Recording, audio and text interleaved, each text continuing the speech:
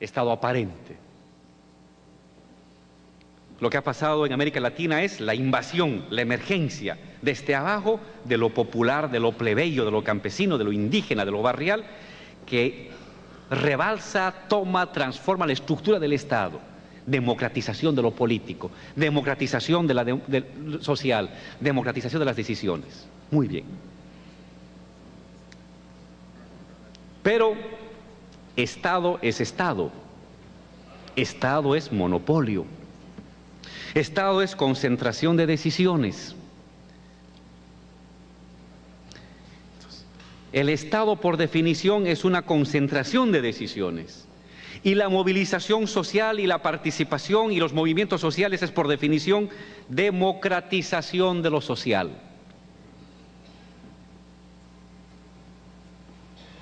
Esa es una contradicción. ¿Concentro decisiones o democratizo decisiones? Si concentro excesivamente decisiones, el Estado se separa de la sociedad, vuelve a constituirse una nueva élite del poder. Riesgo de la revolución. Pero si democratizo todas las decisiones, me paralizo. Ya no hay gestión. Y al mes siguiente o a los 6 meses vendrán a cobrarme cuentas los del barrio, los de la comunidad, los de la fábrica, porque al fin y al cabo lo que los compañeros quieren es que le construyamos su centro hospitalario, le construyamos su carretera, le coloquemos su escuela, le habilitemos el centro laboral. Eso quiere también los compañeros. Y nos van a cobrar cuentas en las elecciones si no hemos hecho eso. Eso yo no lo veía cuando era profesor, compañero Enrique Dussel. Cuando estoy en gobierno me doy cuenta de eso. No se puede ver desde afuera a veces.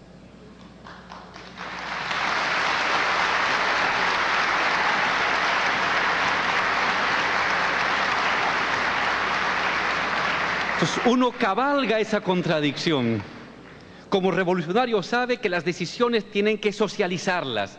Se juega la vida en la participación de la sociedad. Pero si caemos en el ultrademocratismo, te paralizas como sociedad, te paralizas como Estado, te paralizas como gobierno. Y al final, cuando dices, ¿qué cosa has hecho? Nada, porque me paralicé como gobierno.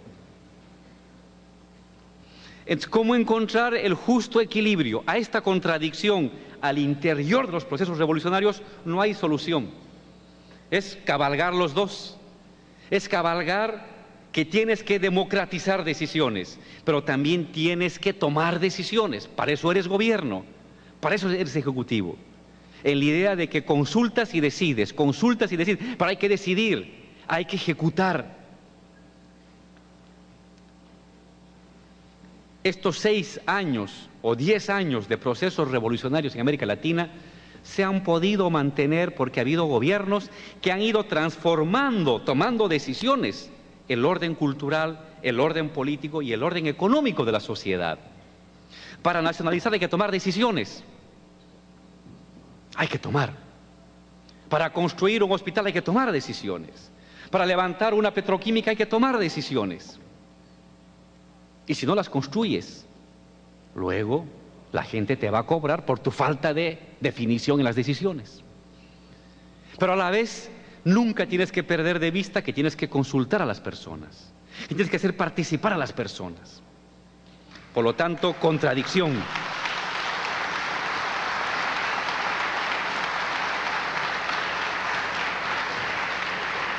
¿Cuál es la salida a esa contradicción? No hay salida. Hay que vivir la contradicción. Tienes que vivir con la contradicción 500 años. A cada momento, equilibrando, tomando, consultando, definiendo, consultando. Riesgo de caer a un lado, precipicio. Riesgo de caer al otro lado, precipicio. Tienes que mantenerte una delgadísima línea de participación y de ejecución y de participación. Primera contradicción creativa de la revolución. Segunda contradicción creativa. El núcleo duro de tu fuerza, lo popular, en caso de Bolivia, lo indígena, lo campesino, es el núcleo duro, el baluarte de la revolución, la vanguardia del proceso revolucionario. es tu núcleo duro, pero la sociedad es más que el núcleo duro. Y este núcleo duro ha de consolidarse en su proyecto de Estado y de sociedad si es capaz de articular, de expandirse, de incorporar al resto de las clases sociales. Este núcleo duro va a poder consolidar el proyecto revolucionario si es capaz de liderizar a otras clases sociales diferentes a ella. Hegemonía es eso. Hegemonía es liderazgo intelectual y moral. ¿Qué es liderazgo intelectual y moral? Es liderizar el sentido común de la sociedad, el sentido de lo justo, de lo valedero, de lo que vendrá hacia futuro, del orden de las cosas, del sentido de la sociedad, de cómo está organizado el país y hacia dónde debe ir. Eso tiene que liderizar el sector indígena campesino. Y liderazgo moral es haber trabajado en las percepciones profundas, éticas de las personas, de lo justo, de lo injusto, de lo válido, de lo inválido. Haber trabajado el orden moral de las personas y de la sociedad.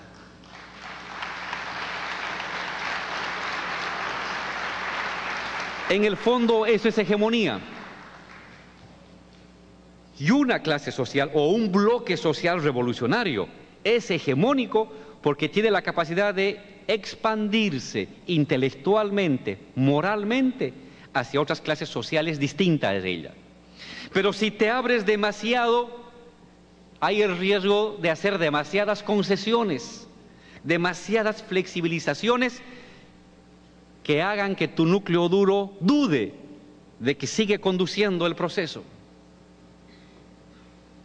¿Hasta dónde te expandes? ¿Hasta dónde te contraes?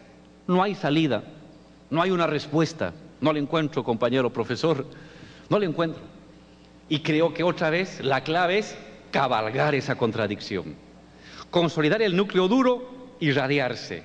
Pero tampoco irradiarse demasiado involucrando a todo el mundo, que al final tu núcleo duro te abandona. Y cuando haya problemas, ¿quién va a dar la cara por vos? No van a dar la cara a las clases altas ni las clases medias. Va a dar la cara a tu núcleo duro. Pero si tu núcleo duro duda de vos, ya no te va a defender. Ese es el problema de la construcción hegemónica. Porque en la hegemonía uno tiene que ceder también. Tiene que incorporar, esa es la idea de la política, tiene que ensamblar los intereses de los otros, modificarlos y ensamblarlos, modificarlos y ensamblarlos. Pero si ensamblas demasiado y lo tuyo lo abres demasiado, al final no tienes ni base ni tienes liderazgo y te vas a caer. El riesgo de ser demasiado flexibles. Pero si me cierro en mi núcleo duro, no tengo liderazgo, sigo siendo una minoría, sigo siendo débil. Complicado. La construcción de hegemonía es un tema sobre el cual no hay una fórmula precisa, es una construcción diaria, es un arte de conquista, de seducción y de consolidación. No hay una norma, es un trabajo político. De hecho, la política es la construcción de hegemonía, por definición. Y en eso no hay regla, no hay norma, no hay un procedimiento a imitar, es la lucha y la lucha la que va a definir cómo consolidas núcleo duro, tu vanguardia revolucionaria y te expandes. Lo suficiente para incorporar a otras clases, para neutralizar a otras, pero sin debilitar tu núcleo duro. En esa habilidad política revolucionaria radica la consolidación hegemónica de una revolución. Y claro, mientras no logra eso, siempre habrá el riesgo de el retroceso. Siempre habrá el riesgo de el regreso de los conservadores, de la restauración conservadora, diríamos. Siempre va a estar el riesgo de una revolución. Por eso Lenin decía, una revolución verdadera es grande en la medida o engendra una contrarrevolución tan grande como la propia revolución. Es otra contradicción en vivo que hay que trabajarla cotidianamente. La tercera contradicción creativa de un proceso revolucionario es lo general que representa a todos, lo particular de unos cuantos. Ha habido revoluciones, ha habido transformaciones porque la sociedad, la ama de casa, el joven, el vendedor de la calle, el estudiante, el profesional, se ha cansado con lo que había, ha reconocido que había que cambiar la sociedad en su conjunto, porque lo que había era intolerable. Es decir, asumió una percepción universalista de su vida. Se vio en el ámbito general universal. Pero pasado el flujo revolucionario vienen los reflujos, como en Bolivia. Hubieron los procesos que demandaron asamblea constituyente, una demanda para todos. Demandaron nacionalizar hidrocarburos, beneficio para todos. Es el momento del ascenso revolucionario. Demandaron gobierno indígena, beneficio para todos, descolonización del país. Pero luego vienen los reflujos, flujos y reflujos. La revolución es un hecho por oleadas, no es un tema permanente de movilización y ascenso social. Se va y se baja, se va y se baja. Es la idea que tenía Marx de la revolución y la práctica demostró que tenía razón. Las revoluciones son por flujos y reflujos en un periodo largo. Pero en los momentos de reflujo, ¿qué sucede? Que la sociedad se repliega en lo corporativo. Es lo que nos pasó a nosotros. El año pasado hubo una marcha de compañeros nuestros hermanos de tierras bajas. Ustedes saben que el movimiento indígena de Bolivia tiene presencia en tierras altas, donde viven casi 6 millones de indígenas, y en tierras bajas, donde viven cerca de 200.000 indígenas, 250.000 indígenas. La suma de esos 6 millones de indígenas más 200.000 indígenas de tierras bajas da la totalidad del movimiento indígena en Bolivia, mayoritario en nuestro país.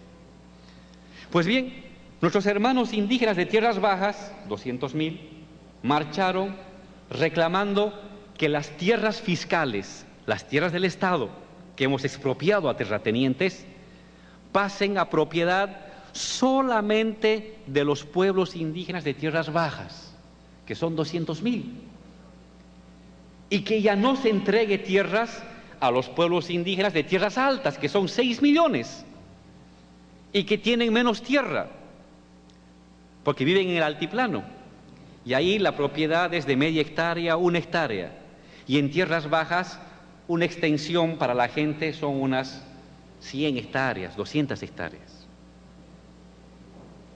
¿Qué hace un gobierno? Son tus cumpas, son tus hermanos de lucha, has caminado con ellos, has luchado con ellos, pero ellos te dicen ahora, quiero que lo que es de todos solamente sea para mí. Es decir, el repliegue corporativo e individualista de la demanda. O la COP este año. La COP este año nos reclamó salarios, la Central Obrera Boliviana. ¿Tiene razón de reclamarnos? Tiene toda la razón. ¿Pero qué nos planteaba?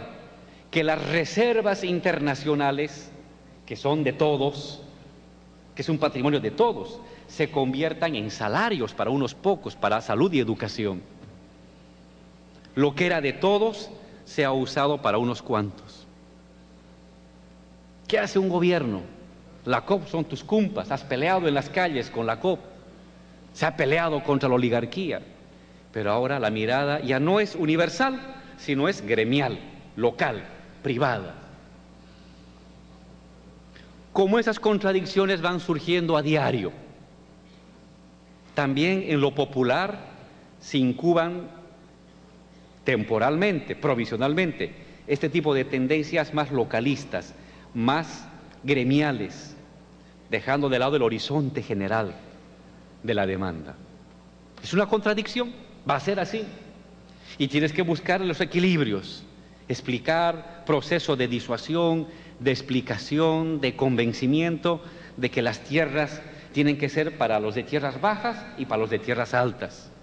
que las reservas internacionales tenemos que usarlas para beneficio de todos. Es mejor utilizar eso para